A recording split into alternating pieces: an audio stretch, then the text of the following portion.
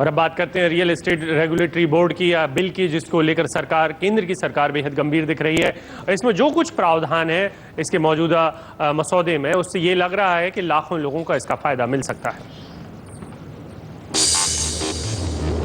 आसमान चूमती इमारतों को दिखाकर आम लोगों के भरोसे और सपनों से खिलवाड़ का खेल अब शायद रियल एस्टेट के सौदागरों के लिए उतना आसान न रहे, क्योंकि अब इसके कायदे कानून बदल गए हैं। नए रेगुलेटर के बाद बिल्डरों को तय वक्त पर न सिर्फ खरीदारों को घर देना होगा, बल्कि वादा खिलाफी की हालत में उन पर जुर्माना भी लगेगा। इतना ही नहीं, घर की बुकिंग में शामिल रियल एस्टेट एजेंट भी इसके दायरे से बाहर नहीं।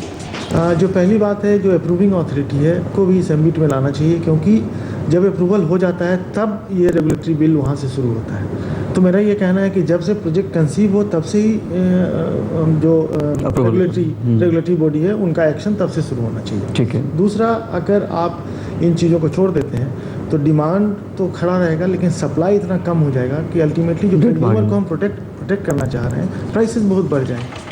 लेकिन प्लॉट काटने से लेकर आखिरी मंजूरी तक इसमें कई पड़ाव आते हैं जिनसे बिल्डरों को गुजरना होता है। लिहाजा बिल का स्वागत करने वाले बिल्डरों को भी अपने हितों की अनदेखी की शिकायत है। इन लोगों ने प्री लॉन्च को रोक दिया कि सारे क्लियरेंस आपको पहले लेने हैं। यहाँ पर कंज्यूमर तो सेफ गार्डेड हो गया कि उसके प्री लॉन्च नहीं रुका, उसके पास ऑप्शंस घट गए कि प्री लॉन्च में उनको सस्ते मिलते थे, सस्ते प्राइस पे मिलते थे। रेप्यूटेड बिल्डर प्री लॉन्च को हमेशा ऑनर करते थे। अब यहाँ पर क्या प्रॉब्लम आएगी कि प्री लॉन्च के नहीं मिलने पर वो एक बड़ा बेनिफिट कंज्यूमर के हाथ से निकल जाएगा। बिल का मसौदा देखकर लगता है कि इससे ग्राहकों की बल्ले बल्ले हो जाएगी। समय पर मिलेगा मकान, देरी हुई तो मिलेगा मुआवजा, ब्याज सहित मूल राशि के दावा करने का अधिकार।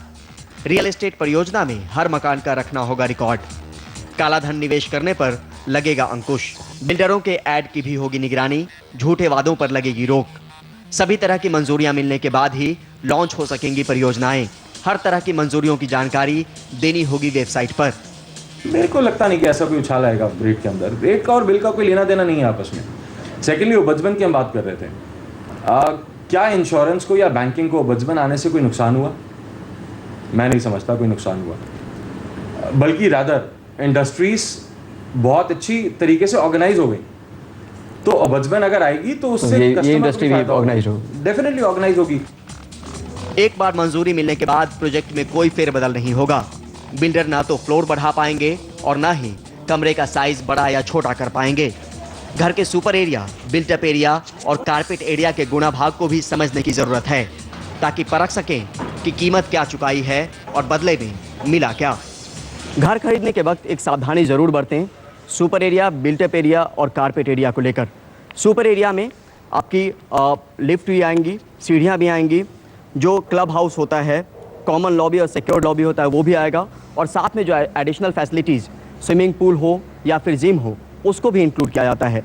जो बिल्ट अप एरिया होता है वो दीवार की थिकनेस भी होती है, जो घर होता है आपका उसकी जो दीवारें होती हैं उसकी मोटाई को भी उसमें काउंट किया जाता है। और जो इसमें साथ में अगर बात करें तो आपको बालकनी भी इसमें शामिल होता है बिल्ट अप एरिया में।